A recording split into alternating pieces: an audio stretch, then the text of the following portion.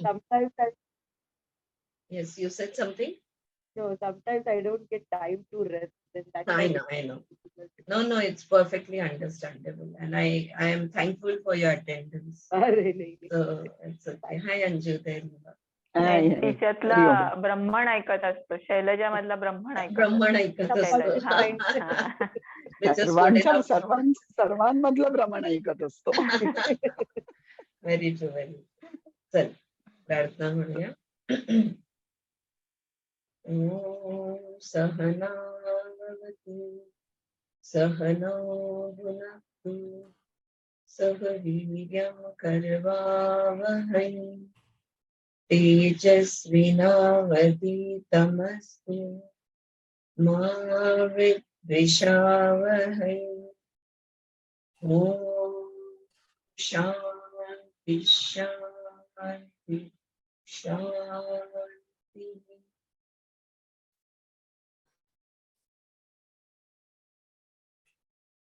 So we had stopped at this mantra last.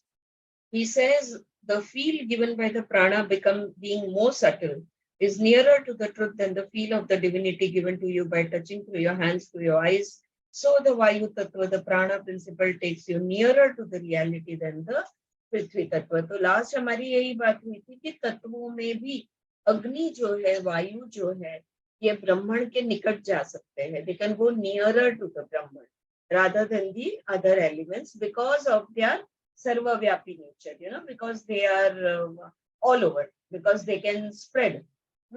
Anya deva agnira vayura indraha tehi enata nadistam pashpurushaha pashpurushaha. It's a very difficult pronunciation. Nadistam means proximity, nearness, and pashpurushahu means they had a feel of it. उसका ज्ञान, उसका अस्तित्व का जो एहसास है, ये अग्नि और वायु कर सकते थे. So इसलिए वो लोग नजदीक जा सके. Now here again you will have to work a little hard with me. This is the point at which we had stopped. All right, now the ageless witness different from the body and mind. That's the side heading. कि witness जो दृष्टा है उसको कोई उम्र नहीं है, ageless है वो, and it is हमारे मन और शरीर से अलग है. So pashprushaha, as you have patience, let us look at the word pashprushaha. Touched it, felt it, स्पर्श को जानना या एहसास होना या बहुत नजदीक गए. तो देखो हमारे स्किन के कोई भी चीज एकदम पास लाते हैं हम, तो हमको फील होता है कि अरे कुछ नजदीक आया है. So that feeling of almost touching but not touching. All right? So that feeling is what this word means. Purushaha. Okay, touched it, felt it. In our life, without reading any books on Vedas or Upanishads, it is our common experience. What is our common experience?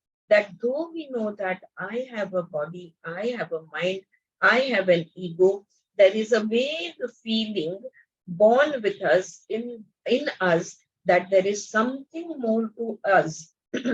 Because when you say, this is my body, surely the principle that says, this is my body, has an independent existence of the body. When you say my mind, my ego, what is the principle that is a witness of the ego and its movements? There is a principle. You may not know it. You may not be able to define it. You may not be able to describe it, but there is a vague feeling. The body grows older. You must have watched. There was childhood in your body, then the youth in your body, and with some elderly persons, how the adulthood blossomed in the body, and then gradually also old age entered through the back door. It is the back which registers old age first. So I'm calling it the back door.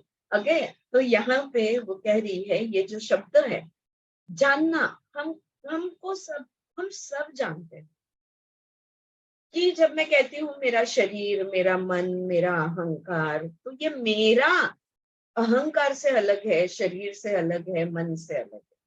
तो ये जो मैं हूँ, ये मैं मेरी ये जो चीजें है इससे अलग है. All of us know that my body. So who is this mind?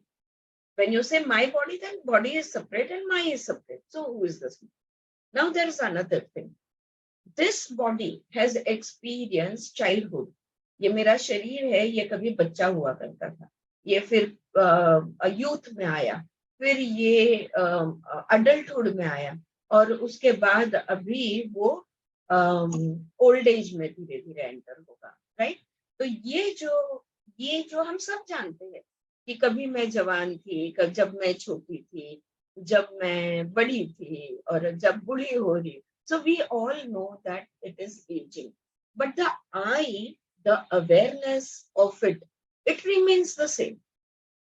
वो एक चीज है जो completely constant है. That is what we call as consciousness, right? So, but यहाँ पे उसके ये बात समझा रही है विमला जी यहाँ पे, लेकिन और एक मजेदार बात यहाँ पे उन्होंने कह दी कि it is the back which registers the old age first. So I am calling it the back door. तो बुढ़ापा जो है ना, ये पीछे के दरवाजे से आता है. तो बोलती है मैं सबसे पहले, हमें बुढ़ापा का एहसास या महसूस बुढ़ापा कहाँ पे होता है? पीठ पे होता है. हमारी पीठ थकती है, हमारी पीठ झुकती है, वगैरह वगैरह. तो जो भी बदलाव है ये सबसे अधिक हमारे पीठ पे दिखाई देता है. इसलिए वो कह रही है कि बुढ़ापे का आना, इसको मैं पिछले दरवाजे से आना कह रही हूँ. Well, if you have seen that, there is a vague feeling that your body has become old, not you. Right? जैसे मैं मजाक में या पता नहीं सच में कहती हूँ मतलब मजाक में जो मैं सच कहती हूँ कि मेरी उम्र अभी 60 को अप्रोचिंग है, लेकिन मेरे जैसे कि दिमाग में मैं वो 36 37 पे अटक गई हूँ. उसके आगे मेरी उम्र 36 37 का तक की मेरी जो उम्र है ये मुझे महसूस हुई. उसके बाद में कोई महसूस ही नहीं हो रहा. बट द थिंग इज कि शरीर मेरा बूढ़ा होते चला है, पर मैं वही. I remain the same. The body is aging. The mind also might be aging. But I am separate from the body and I don't change. There is a feel of agelessness to the witness. अगर हम कहेंगे मेरा शरीर, मेरा मन, मेरी भावनाएं, मेरा ये, मेरा वो, मेरे पंचकोश, तो ये मेरा कौन है? तो मेरा, अगर हम लोग अभी सब ज्ञानी लोग हैं तो हम लोग कह देंगे कि मैं यानी दृष्टा. हाँ, इतना बड़ा वाक्य हम रख देंगे कि I am the witness. I am the observer. Who are you? I am the witness. अगर ये हमने कह दिया कि I am the witness, तो ये जो witness है, ये जो दृष्टा है, ये बिल्कुल ageless है. इसको ये इसकी कौन सी उम्र है? अगर आप मुझे पूछो कि mentally you are feeling 36 37, physically you are approaching 60, and then you ask me, then I, how old is the I? The I, you will not find any age to it. You won't be able to age it in any way. You won't be able to give a number. So the witness remains the same, ageless. The mind gets angry, but you say, I was angry. But who perceived the anger? मन में गुस्सा आता है, तुम कहते हो मुझे गुस्सा आया, लेकिन वो गुस्सा को देखा किसने? उस गुस्से को जानना किसने? कौन है वो गुस्सा जानने वाला? What was the principle that was witnessing the movement of the mind getting angry, mind getting violent, or the speech getting violent? तो मुझे धीरे धीरे वो जैसे जैसे बात करते गया, मेरा पारा चढ़ते गया, मुझे गुस्सा आ गया. थोड़ी देर तो मैंने सुन लिया, उसके बाद मैंने भी देने को चालू किया, और मेरा गुस्सा आपे के बाहर चला गया, कंट्रोल के बाहर चला गया, और बस मैं तो बस हूँ. ये जो कौन ये सब चीजें देख रहा है? ये जो सारी गुस्से की जो प्रक्रिया है, इसे कौन देख रहा है? That is the question, right? So we may not know the essence of that, but there is a feel. तो जब ऐसे मैं बातें करती हूँ खुद से, तो मुझे ध्यान में आता है कि ये जो मैं ये जो देखने वाला है, जिसको हम दृष्टा कहता है कि देखो धीरे धीरे गुस्सा आ रहा है, ये थॉट्स आ रहे हैं, ये फीलिंग्स आ रही, ये इमोशंस बह रही है, ये मैं कोई अलग हूँ. I am different, right? So it does not depend upon education, reading, writing, 3 hours, nothing.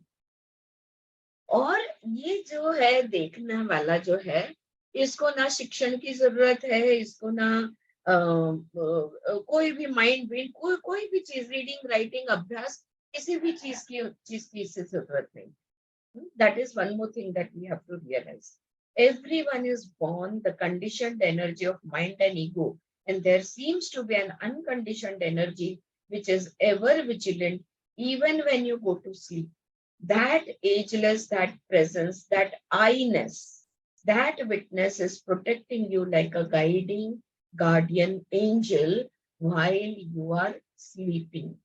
तो ये जो गार्डियन एंजल है, ये जो गाइडिंग लाइट है, ये जो आई है, जो जब हम सोते हैं तब भी वो जागरूक होता है.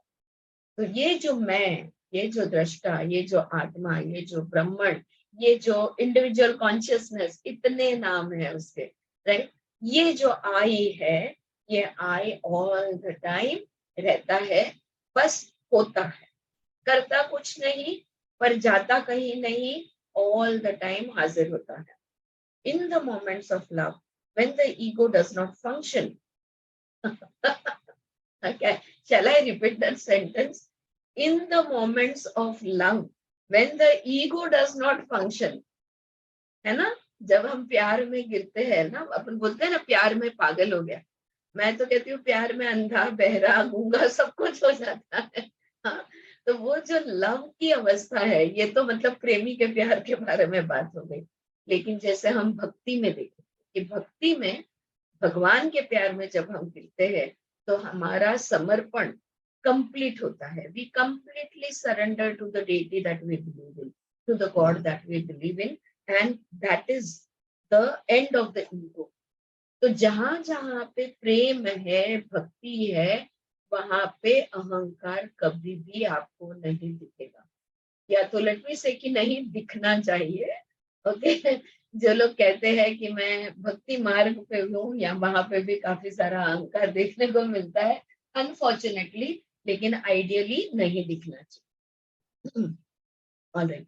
So, in the moments of love, when the ego does not function, that something operates, and you don't mind being in full abandonment, devoting, dedicating everything to the beloved. Otherwise, ego has all activities acquisitive. Ego ऐसा है ना, सब प्राप्त करना चाहता है, सब पाना चाहता है, सब मिलवाना चाहता है. It wants to, take everything, acquire this, acquire that.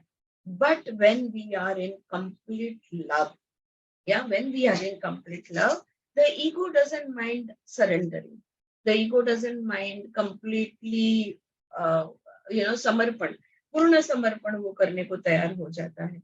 But in the moments of love, ego gets brushed aside and there is an urge to pour your whole being into everything that you do for your beloved.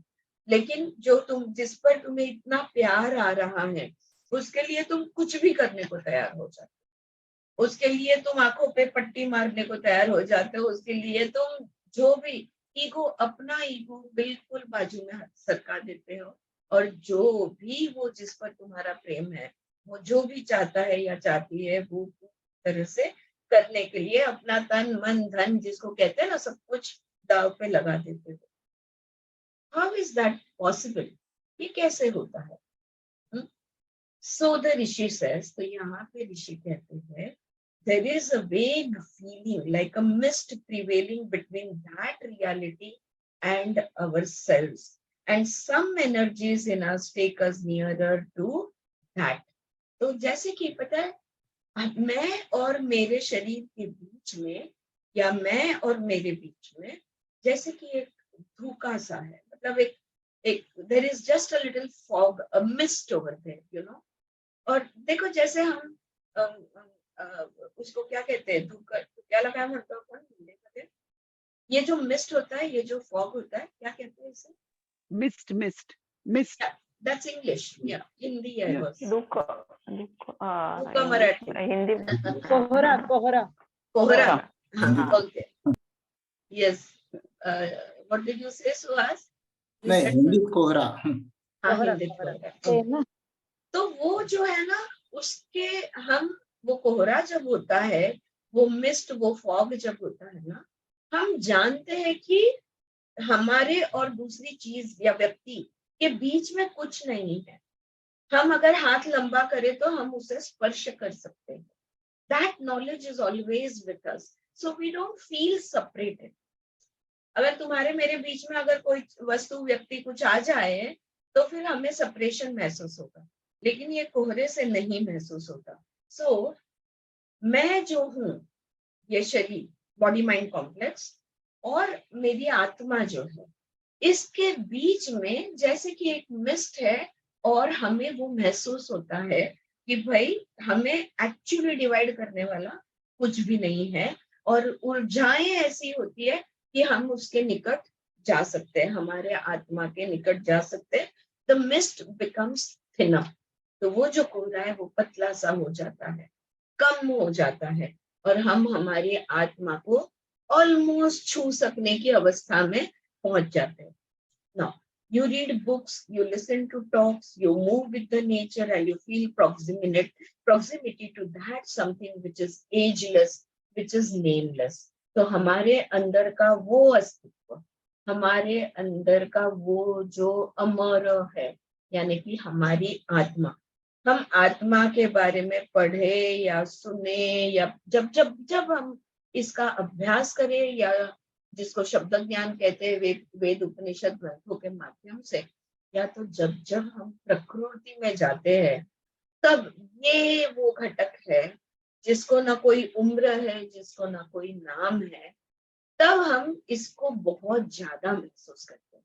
We can feel our soul much more closer to us when we are out in the nature, or when we are studying about it or listening about it.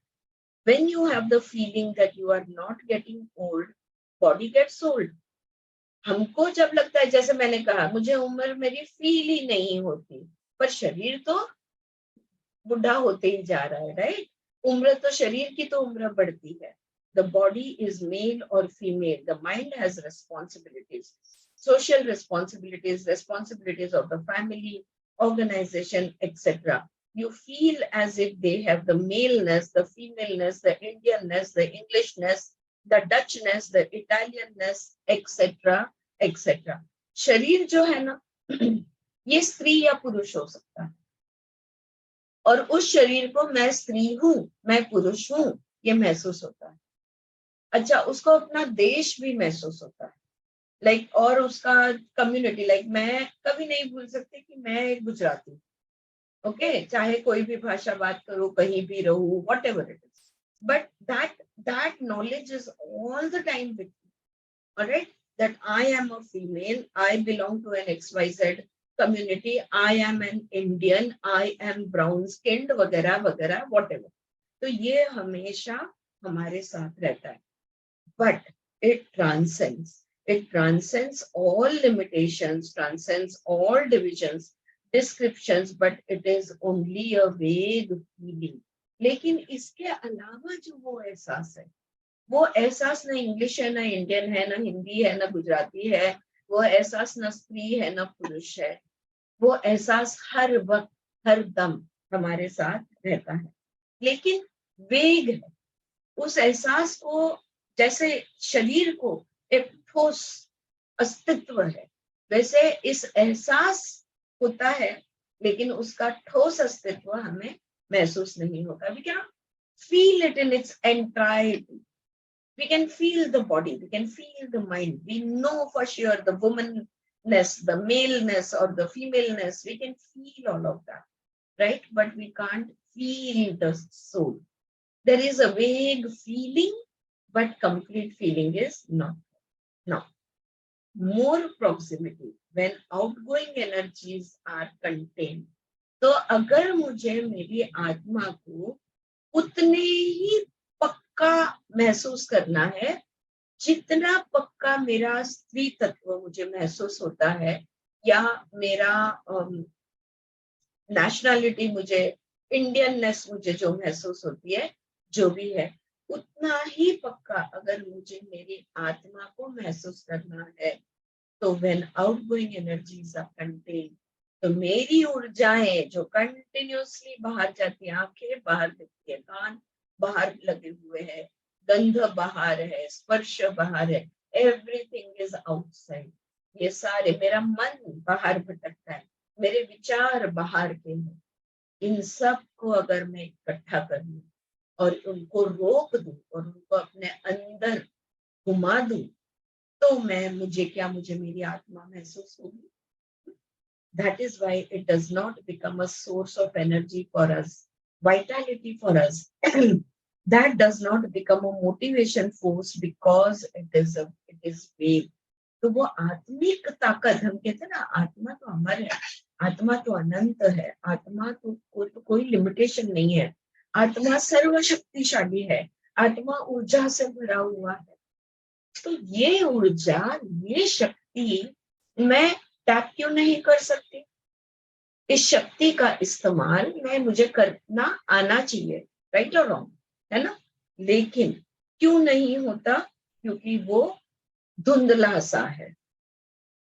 आत्मा का अस्तित्व धुंधला सा महसूस होता है, और जो धुंधली सी महसूस होती है, एहसास धुंधला सा एहसास होता है, उसको पकड़ नहीं पाते। ऑलराइट, सो इसलिए it does not become a source of energy for us, vitality for us.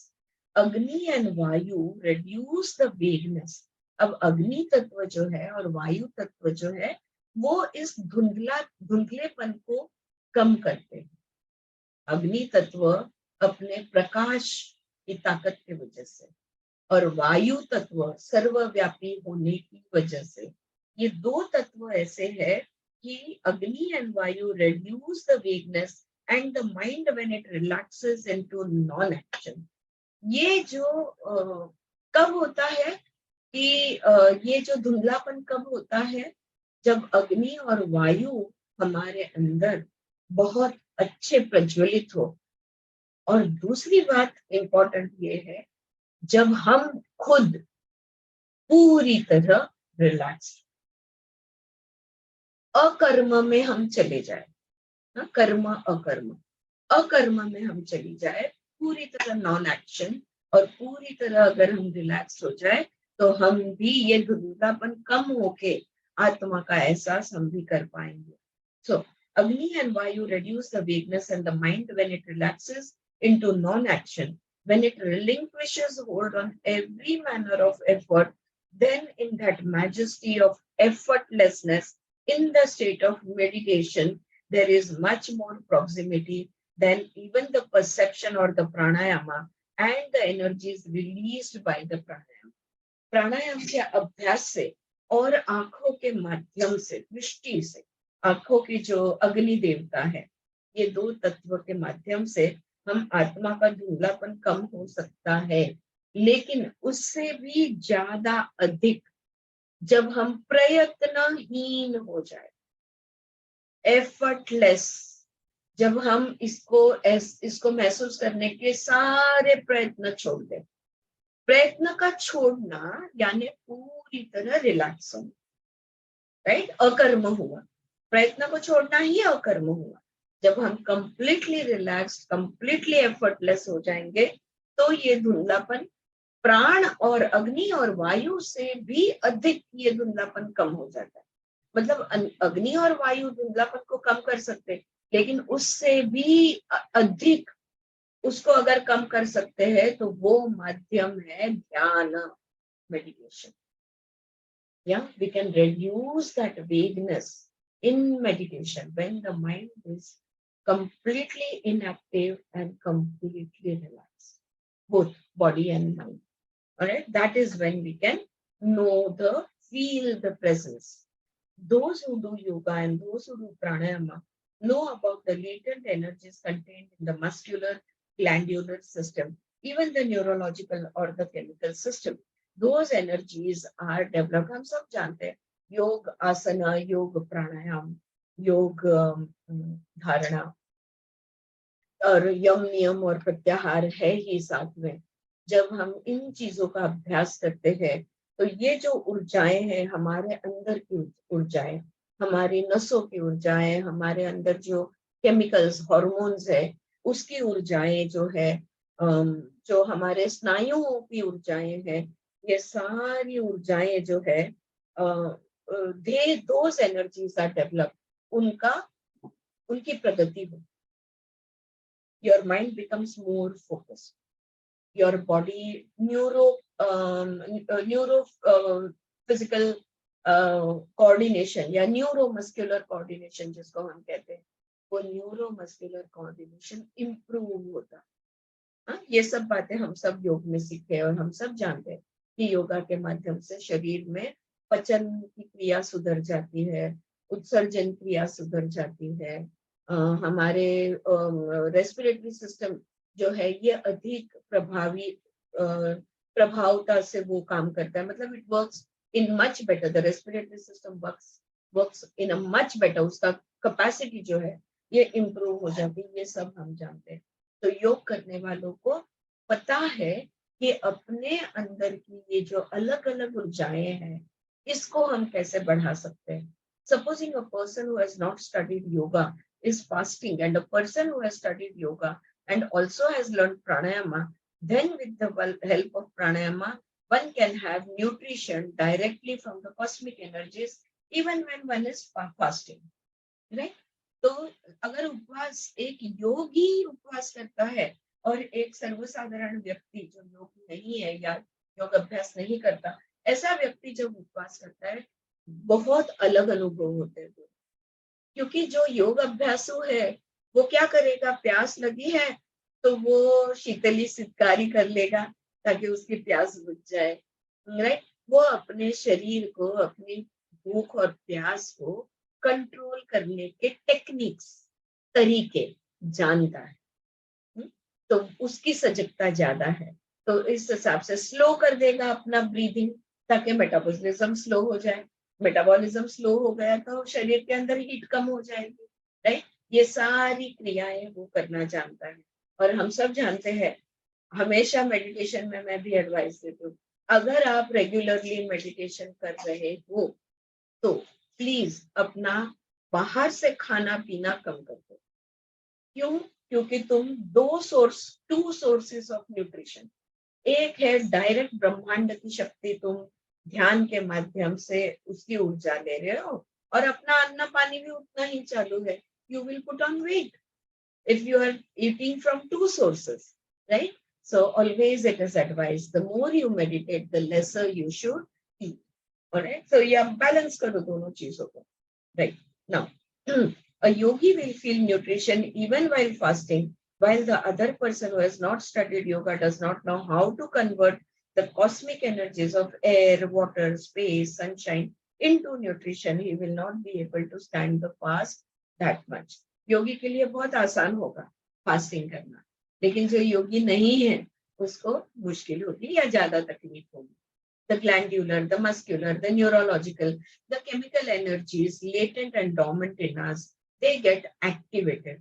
This is the experience of anyone who has studied Hatha Yoga, Raj Yoga, and if you enter into meditation. Now, all the outgoing energies, the external sensory organs, the internal senses, the thought energy, even when thought moves, it takes you away from the essence. अब ये जो है ना, जैसे मैंने उस दिन एक सेंट्रल आइडिया के बारे में हमने बात की थी, केन उपनिषद का गर्भ क्या है, इसके बारे में बात की थी।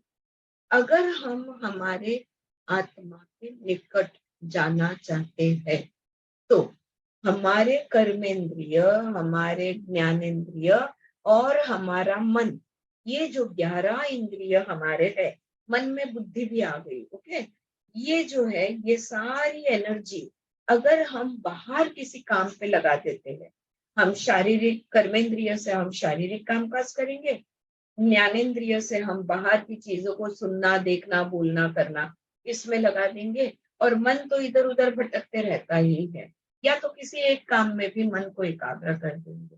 जब जब ये ऊर्जाएं, ये सारी ऊर्जाएं हैं हमारे अंदर 11 एनर्जीज, जब जब बुद्धि included in 12th is included in, तो जब जब ये ऊर्जाएं बाहर जाएगी उतने ही हमारे आत्मा से हम दूर जाएंगे। वेदांत अगर समझना है, अद्वैत वेदांत, देन वी मस्ट अंडरस्टैंड कि ये द्वैत क्या है, तो हमें अद्वैत समझ। हमने डिवीजन कर लिया, आत्मा यहाँ रह गया और मन शरीर सब बाहर चला गया, तो इसके अंदर का गैप बढ़ता जाएगा, हम हमारे एसेंस से दूर होते जाएंगे। So all those outgoing energies are contained in themselves. इसलिए फिर हम क्या करेंगे, आंखों को बंद करते हैं। 65-70% एक्सटर्नल संवेदना, no sensory reception by the eyes close down. फिर हम अपने आप को एक बंद रूम में कर डाल देंगे जहां पे कोई आवाज ना आता हो। तो यानी हमने क्या किया, हमारे कान बंद कर, और हम कोई रसोई घर के नजदीक नहीं है या कोई भी ऐसी चीज के नजदीक नहीं है जहां पे हमें कोई सुगंध आए या दुर्गंध आए, व्हाटएवर, लेकिन गंध नहीं है। ऐसे करके हम एक जगह पे बैठ जाएंगे, ध्यानस्थ हो जाएंगे, यानी ध्यानात्मक स्थिति में बैठ जाएंगे। ऑलराइट, तो हमने सारी गतिविधियों को रोक दिया। अब मेरी आंखें बंद है, क्या देखेगी, कान बंद है, क्या सुनेंगे, नाक क्या सूंघेगा, मुंह क्या बोलेगा, कुछ भी। योग में देयर इज वन मुद्रा विच इज कॉल्ड अ षणमुखी मुद्रा। ये मुद्रा करने से भी हम सारे इंद्रियों को क्लोज कर सकते हैं। 2 उंगलियां 2 आंखों पे, 2 अंगूठे हमारे कान पे, बीच वाली उंगली है ये दोनों नाकों के अगेंस्ट, और मुंह हमारे ये 2 उंगलियों के बीच में।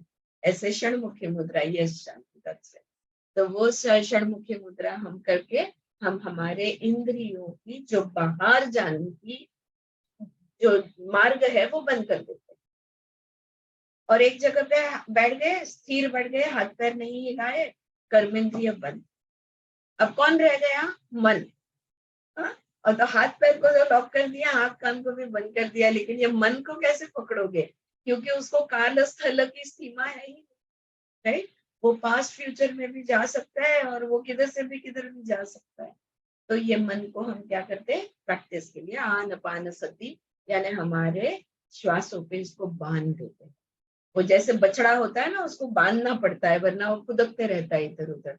तो मन को भी कहीं ना कहीं बांधना होता है, या तो श्वासों पे बांधेंगे या तो थर्ड आई पे बांधेंगे, तो वो एक अलग साइंस है, राइट। तो हम ये जो बाहर जाने वाली है ऊर्जाएं, उनको अपनी अपनी जगह पे बिठा दें। आंखों की ऊर्जा आंखों में बंद, कानों की ऊर्जा कानों में बंद, बोलने की ऊर्जा मुख में बंद।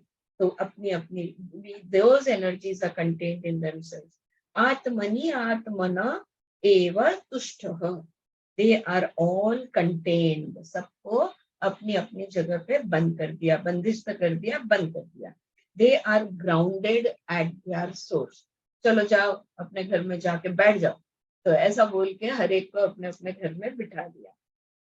Then the division between the divinity and the material, the physical, the biological, diminished to minimum. So he says, Agni, Vayu, Indra, Nadishtam Purshuhu. They felt the proximity of the divinity, which was vague to the other organs, to other deities, and therefore through that proximity, Prathama Vidhana Chakra Brahmeti, that is why they could learn. They could go through the phenomena of learning। थोड़ा बहुत ज्ञान अग्नि देवता को मिला, वायु देवता को मिला, और उसके बाद इंद्र को मिला। क्यों? क्योंकि वो कम से कम ब्रह्मांड के नजदीक तो भी जा सके। कौन है ये, इसका ज्ञान उनको, थोड़ा बहुत एहसास उनको मिला। ऑलराइट, क्यों? क्योंकि जब अपनी अपनी जगह पे बैठ जाते हैं ना, तो ये जो दूरी है आत्मा और हमारे इंद्रियों की, ये दूरी कम हो जाती है। Right, so the revelation took place in the mind unto the mind. लेकिन ये एहसास जो हुआ कि भाई ये एक ब्रह्मण है, ये एक एसेंस है, ये जो एहसास है, ये एहसास किसको ध्यान में आया? इंद्र को, यानी मन को।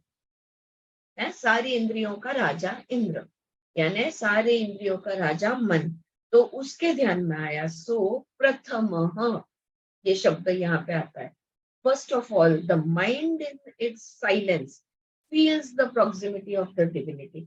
मन जब जब शांत हो जाएगा, आपको भगवान अपने आत्मा का एहसास 100% होगा. बस शर्त यह है कि मन को शांत होना, मन को अपनी गतिविधियां रोकनी है, तो definitely it will feel the divinity. If the perception of a fact, the encounter with the fact itself is gone through, then you feel the proximity with the truth behind the fact, not when you hear the word or when you see it. Not when you hear the word, but when you see it. अगर तुमने कोई अपघात देखा हो, उस अपघात का प्रभाव तुम पे बहुत अधिक होगा. लेकिन वही किसी ने कोई अपघात के बारे में तुम्हें कुछ कहानी सुनाई हो या बात बताई हो, तो क्या उतना महसूस हमें होता है? नहीं होता ना. तो बस बिल्कुल उसी तरह कहीं सुनी से महसूस नहीं होता, आंखों देखा हाल मैटर करता है. I don't want to tire you more. It has been possible for us to take 2 mantras today.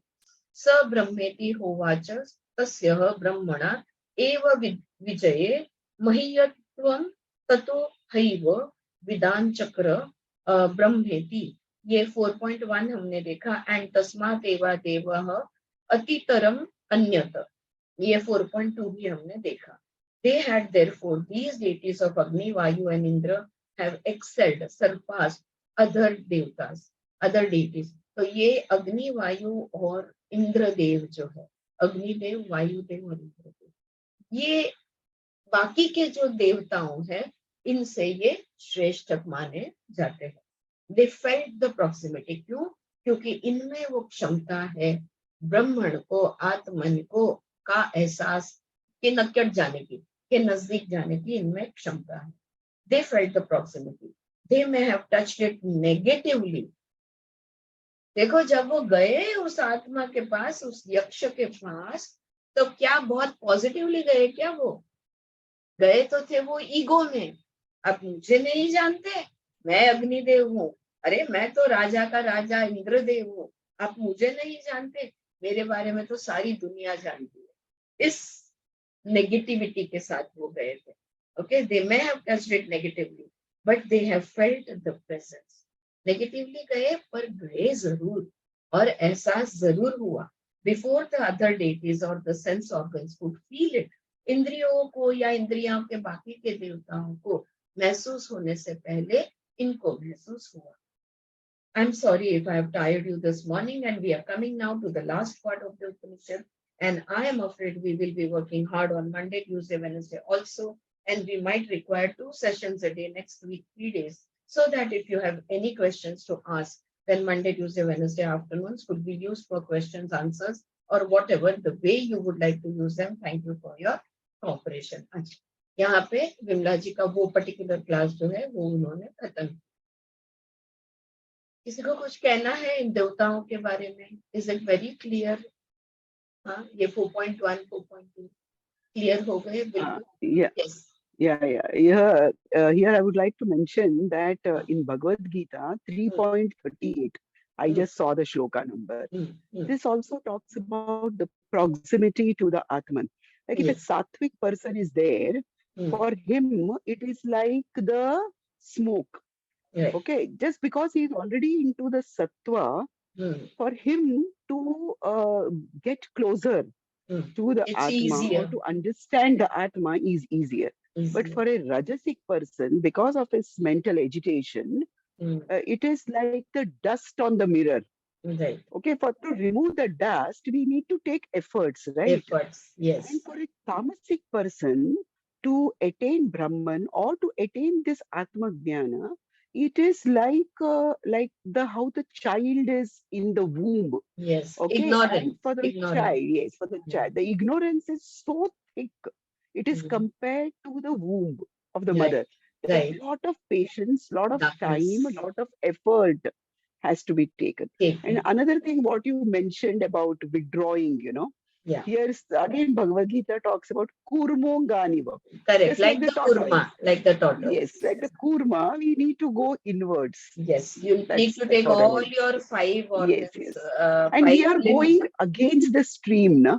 Yeah. See, we are flowing against the stream. Absolutely. योनी मधनं आमचं सगळं बाहेरच आहे आमचं externality is so strong. All the now time. To go against the stream is very difficult. So we need to really work hard. Very true. Thank you. Yes, thank you for that. The thing is, I would like to clarify over here that for others, I know some of you know this very well, but when we divide into the three gunas, the sattvic, the tamasic, the rajasic, like Anju rightly said, rajasic is in agitation because uska ye jo indriya hai na, ye आधा बाहर आधा अंदर उसका खिंचाव में वो रहता है, तो उसमें द्वैत बहुत ज्यादा रहता है. और जो तामसिक व्यक्ति है उसको कुछ करना ही नहीं है, वहां पे अंधकार है. Like she beautifully said that womb के से कंपेयर किया है, तो वो जो गर्भ में अंधकार है, यानी यहाँ पे अंधेरा ही है. ऑलराइट, यहाँ पे कुछ है ही नहीं, तो यहाँ पे कोई प्रयत्न नहीं होगा, तो उसमें भी डिविजन नहीं है तामसिक को भी, क्योंकि उसको कुछ मालूम ही नहीं है, इसलिए डिविजन नहीं. सत्व कौन है? This is a very interesting topic actually, Anju, and maybe someday we could discuss the sattva as such, the sattva guna. Generally हम लोग पकड़ के चलते हैं कि सत्व यानी प्योर, सत्व यानी जो ऑलरेडी सन्यासी है या योगी है. नहीं, सत्व तुम और मेरे जैसे है जो कंप्लीट बैलेंस में रहते. सत्व मीन्स बैलेंसिंग, जो बैलेंस्ड है, बहुत ज्यादा अति बाहर भी नहीं जाना, बहुत ज्यादा अति इधर उधर, कोई भी चीज का अति नहीं करना. दैट बिकम, अगर आप लाइक अंजू सिंह भगवत गीता में प्रोबेबली सब सत्व वो थोड़ा ज्यादा एक्सटेंट तक ले ले कि जहाँ पे ये व्यक्ति बिल्कुल भी नॉन जजमेंटल, कंप्लीटली और सब अच्छे अच्छे गुणों से भरा है. लेकिन सत्व का और एक मतलब हम ले सकते हैं. देखो, हम थोड़ा प्रयत्न करते हैं, थोड़ा रिलैक्स करते हैं, थोड़ा प्रयत्न, we try to maintain our balance. तो वो जो बैलेंसिंग एक्ट है ना, इसलिए सात्विक बन नहीं सकते कभी भी. सात्विक बनने के प्रोसेस में ऑल द टाइम हम लोग रहते. All the time we can not say okay now I have attend सत्व and now I don't need to do anything more. Like the person walking on a tightrope, you will always keep balancing. You will keep balancing and moving forwards, balancing forward.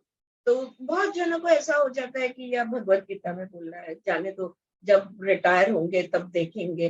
But no, actually Bhagavad Gita and all these principles are something that we should learn from a very young age, not after retirement and after when I have nothing to do, then I will do that.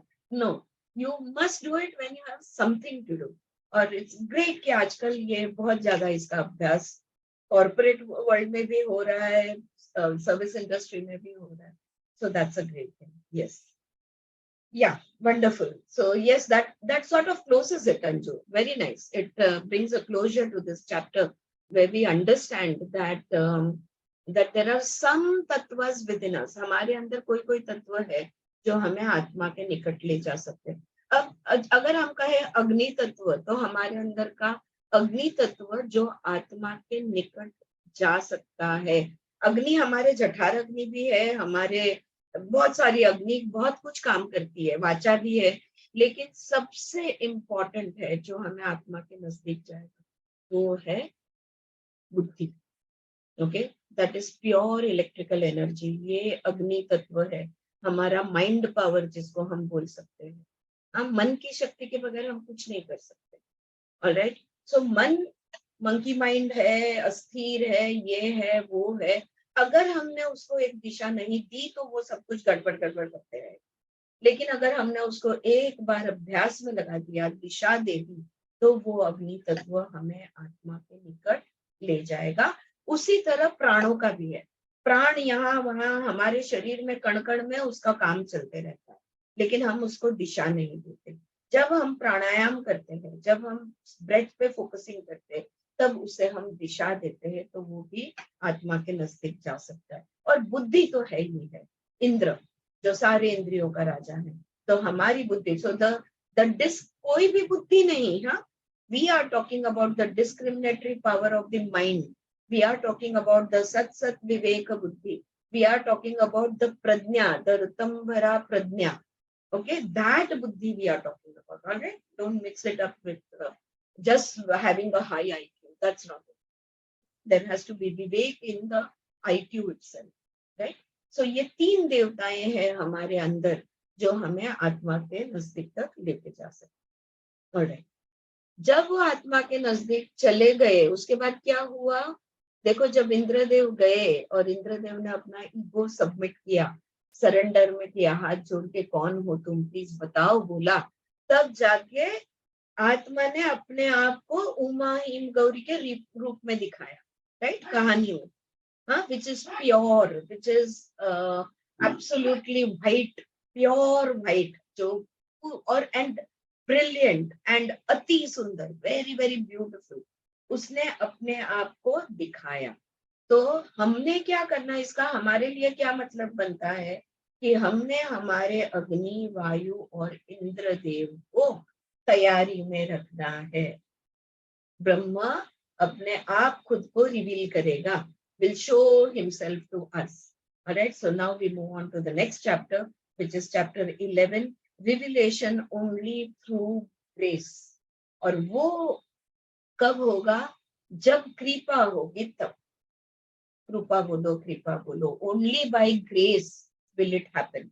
Okay, resume of the earlier mantras. Those who have been attending the classes from the very first day will have to take a brief resume introspectively of what we have gone through in the first 3 chapters or parts of the Upanishad. It is very necessary to recollect where we began and how we proceeded.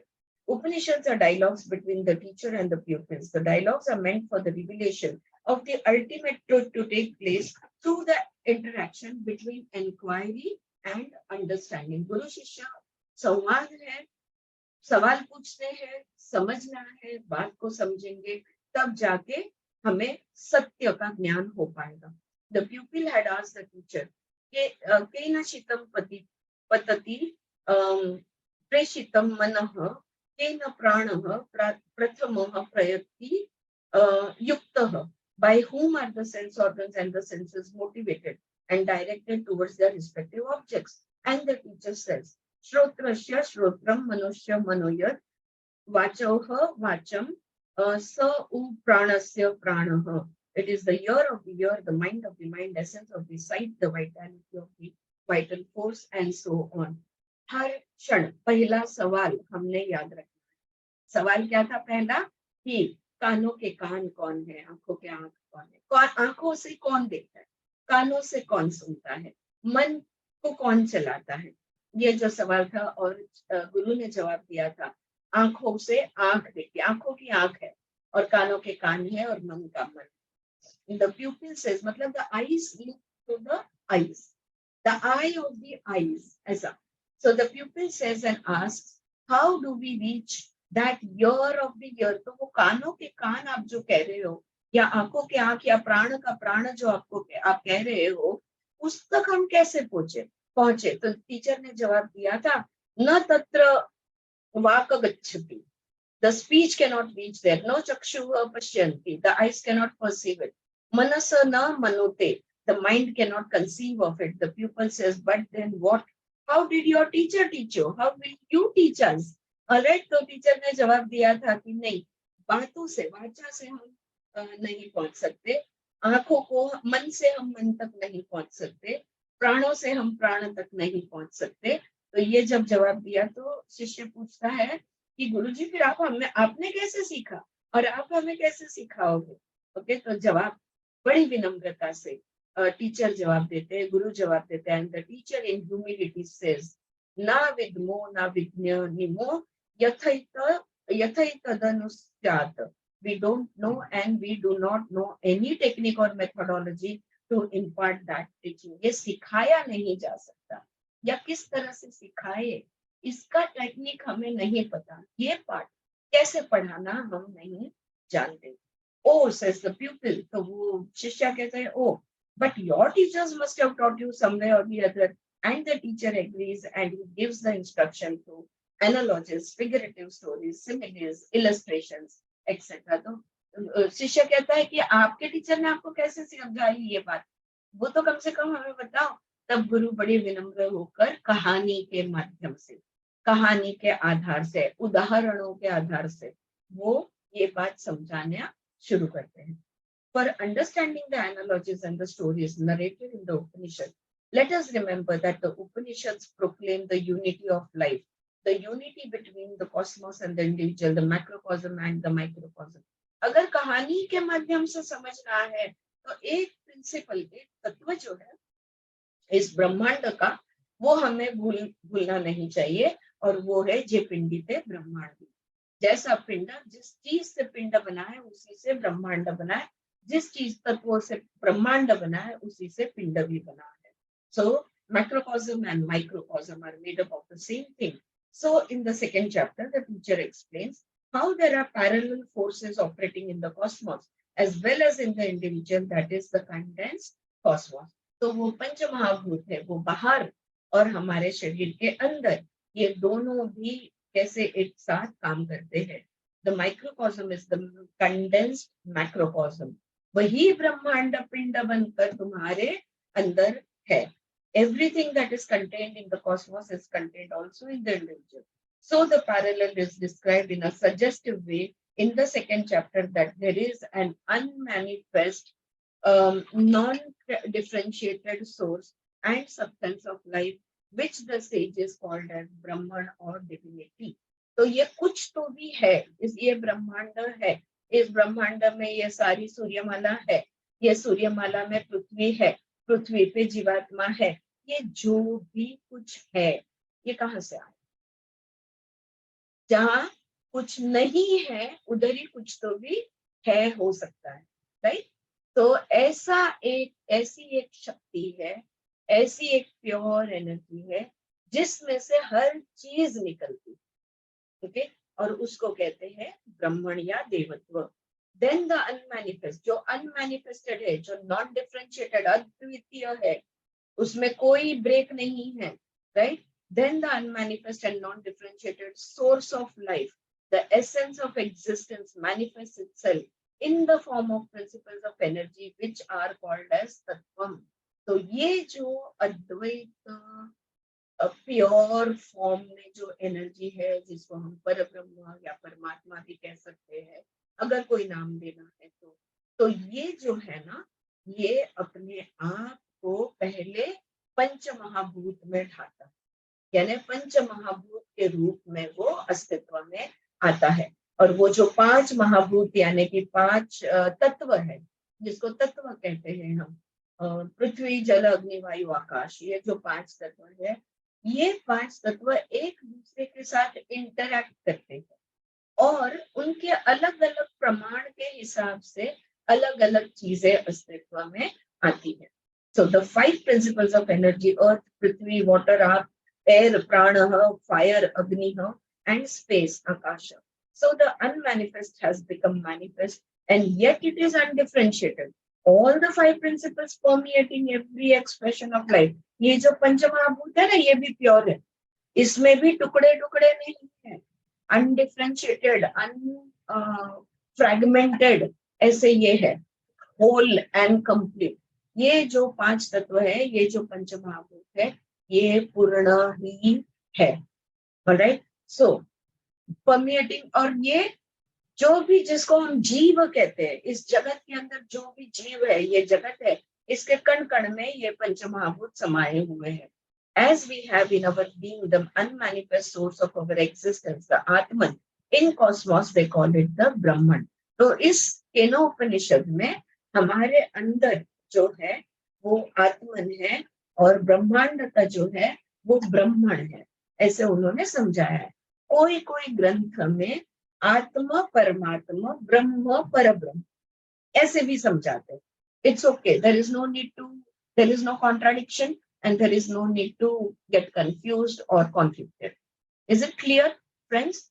हाँ, अंदर का मेरा जो है वो आत्मा है, वही जो बाहर ब्रह्मांड में है वो क्या है? ब्रह्मण है.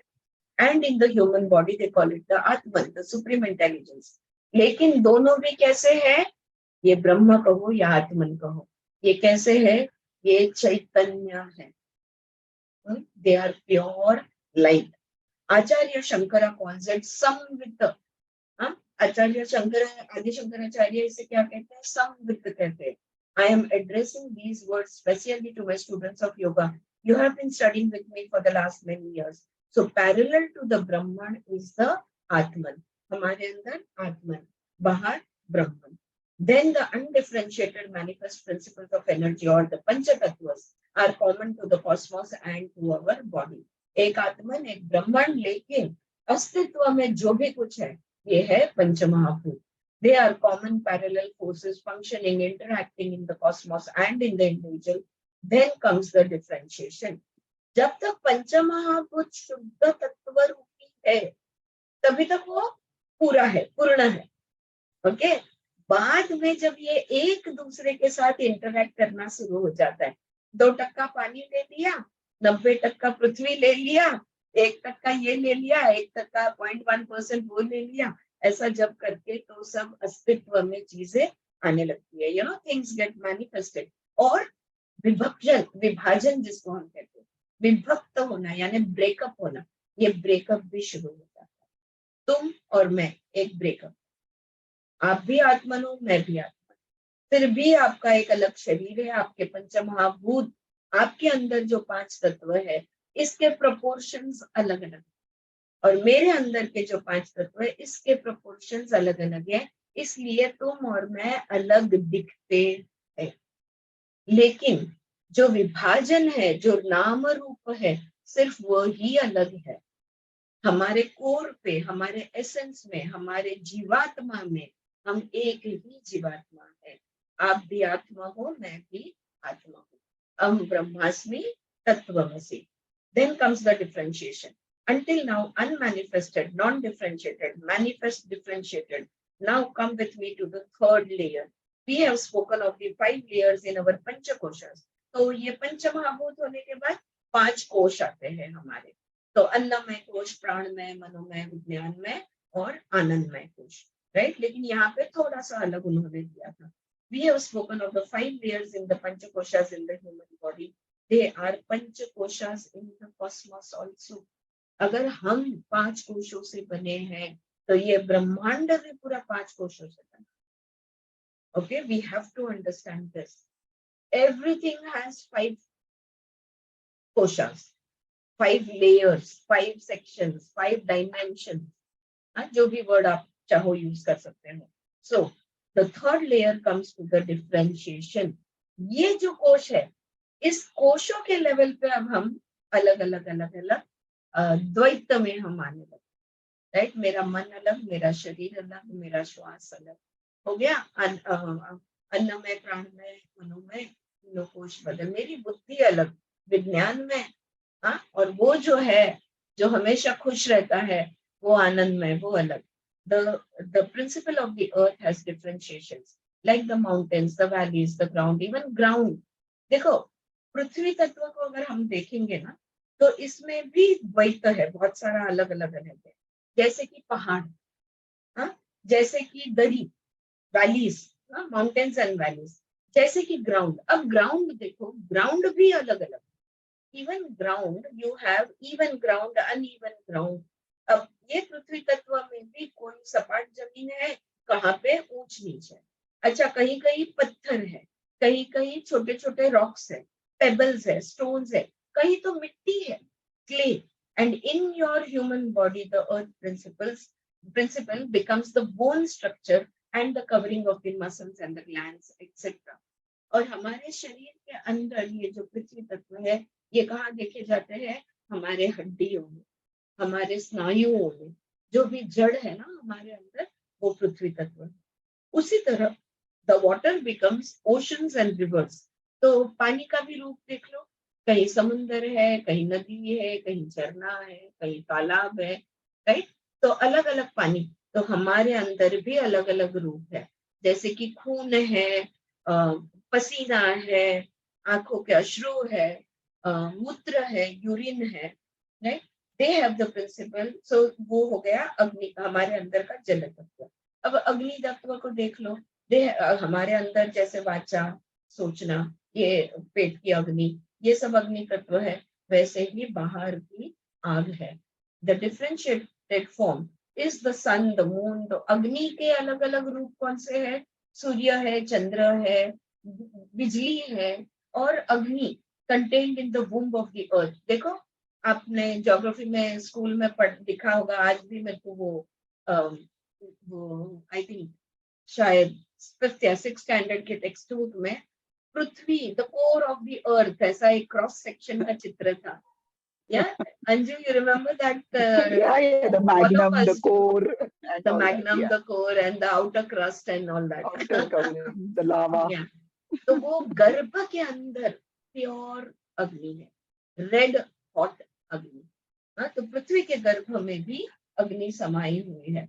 Now, the fire contained in the womb of the earth, in the depths of the ocean, in the space of the skies, in the human body, the principle of Agni, fire becomes a sight in your eyes, the flame of appetite in your stomach, the digestive organs. It becomes the heat in your body. हमारे शरीर की का जो ऊब है, warmth है, हमारे शरीर का जो टेम्परेचर है, ये भी अग्नि तत्व है. It becomes the speech of your articulation, etc. In the cosmos is the skies. और आकाश तो हम तत्व जानते हैं, हमारे ऊपर नभ है, sky है, right? The space, akasha, and the same principle of akasha takes various differentiated form in our body. तो हमारे हड्डियों के अंदर स्पेस है, thoracic cavity है, pelvic cavity है, abdominal cavity है, skull है, sinuses है, ये सब आकाश तत्व. It takes the form of all the cavities contained in the body, and it takes the form also of sound. और नाद भी जो हमारे शरीर के अंदर है, हृदय की गति क्यों सुनाई देती है, खून का बहना खलखल वो कैसे सुनाई देता है, ये सब हमें सुनाई देता है आकाश तत्व. तो जो नाद है शरीर के अंदर, जो नाद है हमारे पेट, भूख लगे तो गुटर गुटर जो होता है वो, राइट, ये सारे नाद जो है ये आकाश तत्व के वजह से. ना बहुत मैंने क्विकली जरा थोड़ा सा फास्ट पढ़ा. I hope it wasn't too fast. Yeah you could catch up, right, wonderful. क्योंकि हमने ऑलरेडी ये कवर किया है. We have no time to go into the elaboration of these parallel forces, but the second chapter of Kena Upanishad illustrates the parallel, the Panchakosha, very vividly, and in the third chapter comes the analogy, illustration in the form of the story. तो वो कह रही है, मैं बहुत deep में जाके नहीं बता रही हूँ, लेकिन केना उपनिषद के दूसरे अध्याय में ये पंचकोश, ये जो 5 कोश है, इसका बहुत अधिक गहराई में वर्णन दिया हुआ है. और फिर तीसरे अध्याय में कहानी शुरू हो जाती है. तो ये तो सब हम समझ गए, लेकिन ये कैसे नजदीक जाएंगे, ये बच्चे पूछ रहे हैं. तो अब कहानी के माध्यम से गुरु उनको कहानी के माध्यम से तीसरा अध्याय शुरू होता है. In the Upanishad you will find 2 things. हर उपनिषद में 2 चीजें मिलती है. 1, देयर टीचिंग, एक तो उनके सिखाने की पद्धति, उनका सिखाना. The essence, as we had seen yesterday, the unity or the non-duality of life is the essence of teaching. तो वो जो सिखाने की पद्धति है, और सिखाना एक ही बात है. क्या सिखाना है उपनिषद को? अहम ब्रह्मास्मि तत्वमसि प्रज्ञानम ब्रह्म, आपको जो बोलना है वो, लेकिन एक ही ब्रह्म है. बाहर भी वही है जो अंदर है, अंदर वही है जो बाहर है. कहीं भी द्वैत नहीं है, अद्वैत हम है. ये बात उपनिषद को सिखानी है. नॉन डुअलिटी ऑफ लाइफ, जिंदगी एक है, जीव एक है, जीवात्मा एक है, जीवन एक है, जगत एक है. भले अलग अलग अलग अलग रूप रंग दिखे, लेकिन है एक. ये पहली बात. और दूसरी बात, उपनिषद इज इंस्ट्रक्शन थ्रू एनालॉजी. कहानियों के माध्यम से, सवाल जवाबों के माध्यम से, एग्जाम्पल्स, उदाहरणों के माध्यम से ये सिखाना होता है. Teachings refer to the basic, the fundamental existential essence, and the analogies, the similes, the stories, etc. They are for instructing. The instructions are wrapped up in stories because the rishis were teachers par excellence. सही मायने में जो सही गुरु होता है ना, वो हमेशा उदाहरण और कहानियों के माध्यम से चीजें सिखाता है, ताकि हम कभी ना भूल पाए.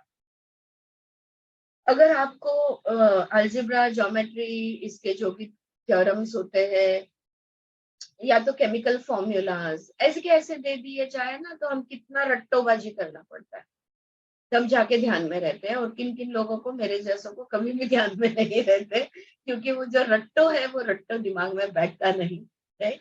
लेकिन अगर कहानी के माध्यम से, अगर उदाहरण देखो, दूध जैसा सफेद, हर बार दूध पियोगे तो सफेद ही याद आएंगे, है ना। तो it is when you give examples, when you give analogies, then it's very difficult to. So they were excellent teachers. They never forced or imposed directly. जबरदस्ती कुछ नहीं, मुझे नहीं मालूम 2चा पाढा आलाच पाहिजे, ये सबको याद होगा ना, tables. I don't care how, but you have to know. So how much is 15 8s are flop. Alright. तो ये जबरदस्ती से कोई चीज बच्चों को नहीं सिखाते थे। They suggested, वो ना सूचना, मतलब वो एक ये देते थे, सुझाव देते थे, समझ लो अगर ऐसा ऐसा है तो तुम क्या करोगे, या तो ऐसी ऐसी परिस्थिति में तो कैसा सामना किया जाता है। तो हमेशा they suggested, their instructions were indirect, suggestive and poetical, और वो बहुत सुंदर काल्पनिक कवि कल्पना के साथ ये सुझाव देते थे। So the third chapter contains the story of how Agni, Vayu, Indra tried to approach the mystery, the secret of truth. तो तीसरे अध्याय में वो इसके माध्यम से, कहानी के माध्यम से वो बताते हैं कि कैसे सत्य को, जो यक्ष लग बोल रहे हैं वो, तो अग्नि, वायु, इंद्र किस तरह से उस सत्य की पहचान जानने की उन्होंने कोशिश की। They had a feel of it, उनको सत्य महसूस हुआ। They tried to make conscious efforts and they failed miserably. और फिर उन्होंने हवा, वायु ने प्राण का उपयोग किया, अग्नि ने प्रकाश का उपयोग किया, इंद्र ने जो भी कुछ है वो उपयोग करके वो कौन है उसको हिलाने की कोशिश की, उसको जानने की कोशिश की, पर जान नहीं पाए। The mind nearly lost its movement, और मन तो जब, इंद्र तो जब करने गए तो खुद ही भूल भुलैया में चले गए।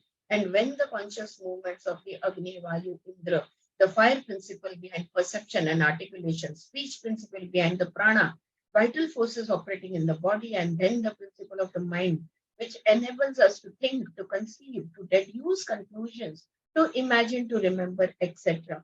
The conscious efforts of all these, जो भी प्रयत्न थे ना अग्नि के, वायु के और इंद्र के, मन के, ये लोगों ने सारे अपने प्रयत्न जो है ये उन्होंने करके देखे, कुछ नहीं हुआ।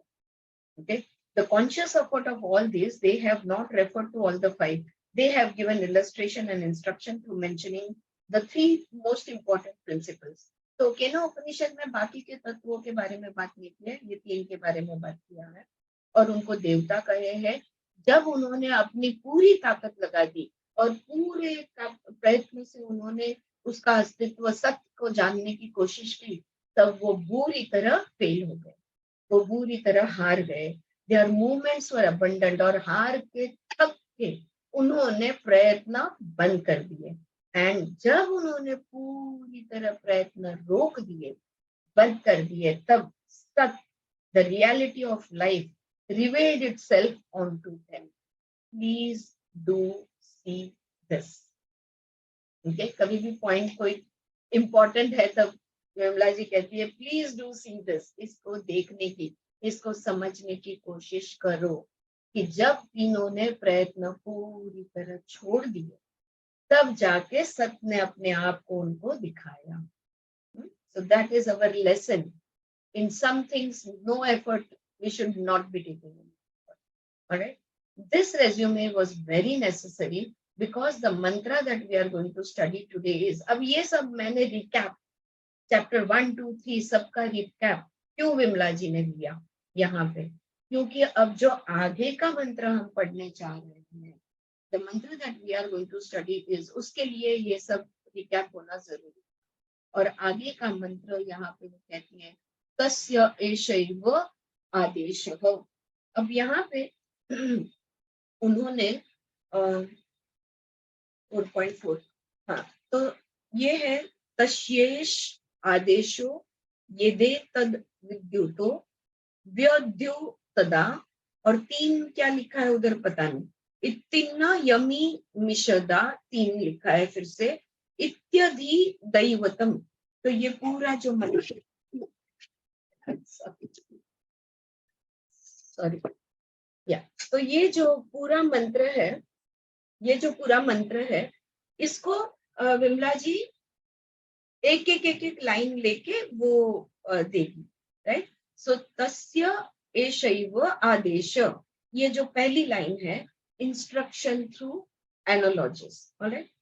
It is the word adesha which obliged me to go back with you to the point of the beginning and look back upon the process and the procedure of the rishi, the way the rishi taught.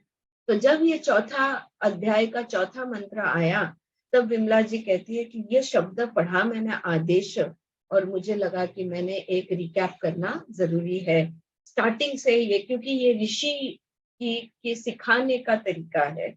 Okay, the word adesha has been translated into most of the translations in Indian and non-Indian languages as command or order. अब आदेश यानी हम क्या समझते हैं, order, कोई command देना या order देना यानी आदेश। लेकिन but the sages, the ancient rishis never ordered, never commanded. ये जो ऋषि थे ना, ये कभी भी ऑर्डर नहीं छोड़ते थे, ये कभी भी कमांडिंग इनका कोई, वो सुझाव देते थे, वो सूचित करते थे, यू नो, सूचित, टू पॉइंट आउट, हाँ, लेकिन वो ऑर्डर कभी नहीं देते थे।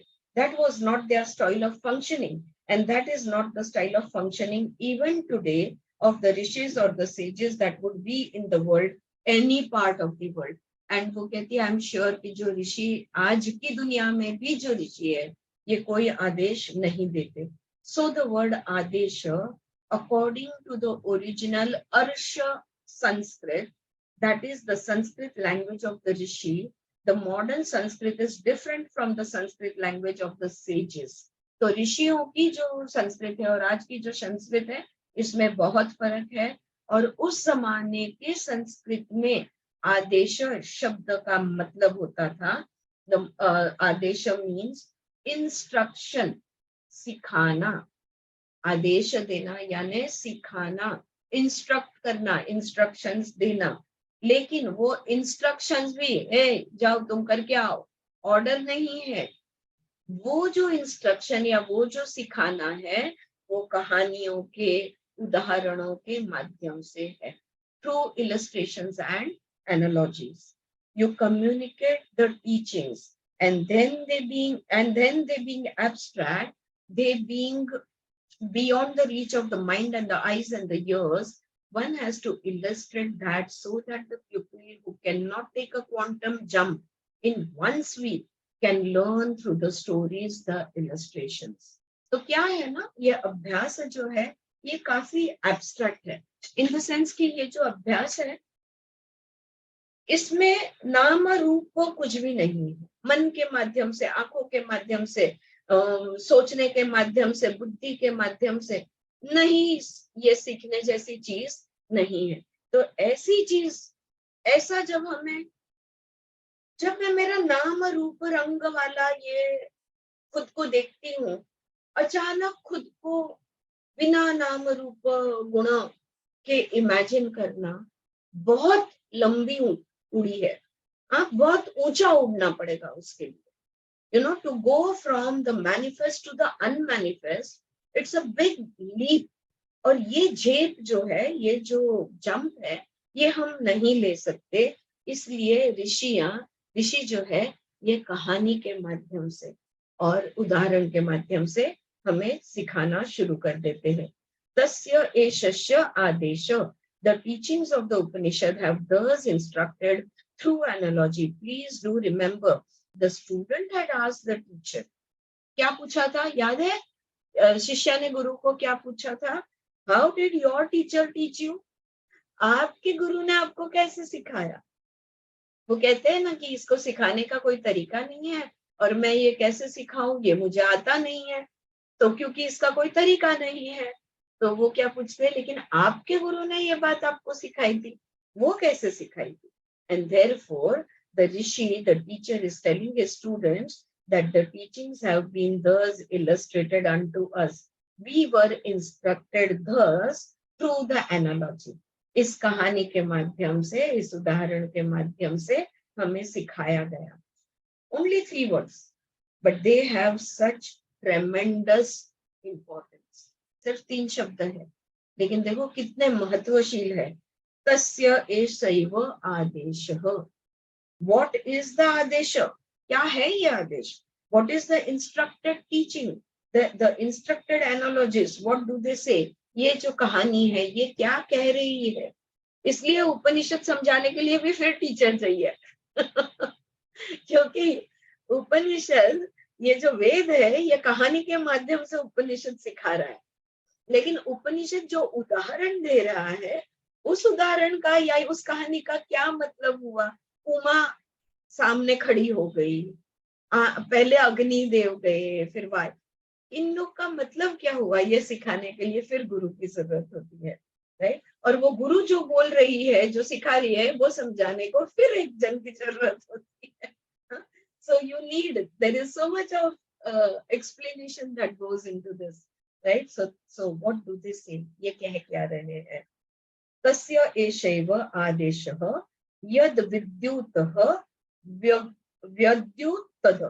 विद्युतद व्यद्युतद. विद्युत यानी लाइटनिंग, हम सब जानते हैं विद्युत, इलेक्ट्रिसिटी. व्यद्युतद, व्यद्युतद यानी इल्यूमाइन, प्रकाशित करना, तेज लाना या तेज बढ़ाना. Okay, the instruction through analogy has taught us. तो इस कहानी से हम क्या समझे? Has told us that the revelation of the divinity, the revelation of the Brahman, the supreme secret of life occurs, takes place as the flash of lightning takes place, and as the flash of lightning illumines the whole sky simultaneously, it illumines the whole cosmos timelessly. In that moment of lightning manifesting itself, it is nearly eternity that is flashing itself. तो ये कहानी से हमने क्या समझा कि वो एक क्षण में जब बिजली चमक जाती है तो पूरा आकाश, हर एक चीज उस आकाश की और उस बिजली के जो तेज है, उस तेज में हमें हर एक चीज दिख जाती है. बस बिल्कुल उसी तरह जैसे पूरे ब्रह्मांड को प्रकाशित कर देती है बिजली, उसी तरह it is the manifesting itself, it's nearly eternity that is flashing itself. उसी तरह ये ब्रह्मण का तेजस्वी रूप हम देख सकते हैं. उसी तरह whenever we will see the soul, what will we see? We will see a light. All right, so light is the appearance of the soul. Uma Himavati. Yeah. So whenever the soul appears to us, it will be like a flash of lightning. और उस तेज में, उस प्रकाश में, there is complete clarity. जो भी चीजें तुम्हें confuse कर रही थी, जो भी तुम्हारे मन में सवाल थे, जो भी तुम सॉल्यूशंस ढूंढ रहे थे, एक क्षण में तुम्हें वो सूझ जाएगा. क्या करना? So when people say we have problems, we say meditate.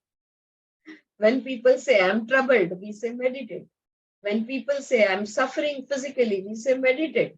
When people say I'm suffering mentally, we say meditate. Because in meditation, when all the devatas give up their effort, when the mind takes a backseat and completely relaxes, the flash of light will appear. And in that light, you will find healing, you will find solutions, you will find answers, you will find everything in that. Sahi baat hai na? Yes, Shanti, bilkul. Absolutely, Anjali, all of you nodding there. Wonderful. So this is how it happens. It is not limited by time and space. अब उसको काल स्थल से कोई नहीं रोक सकता.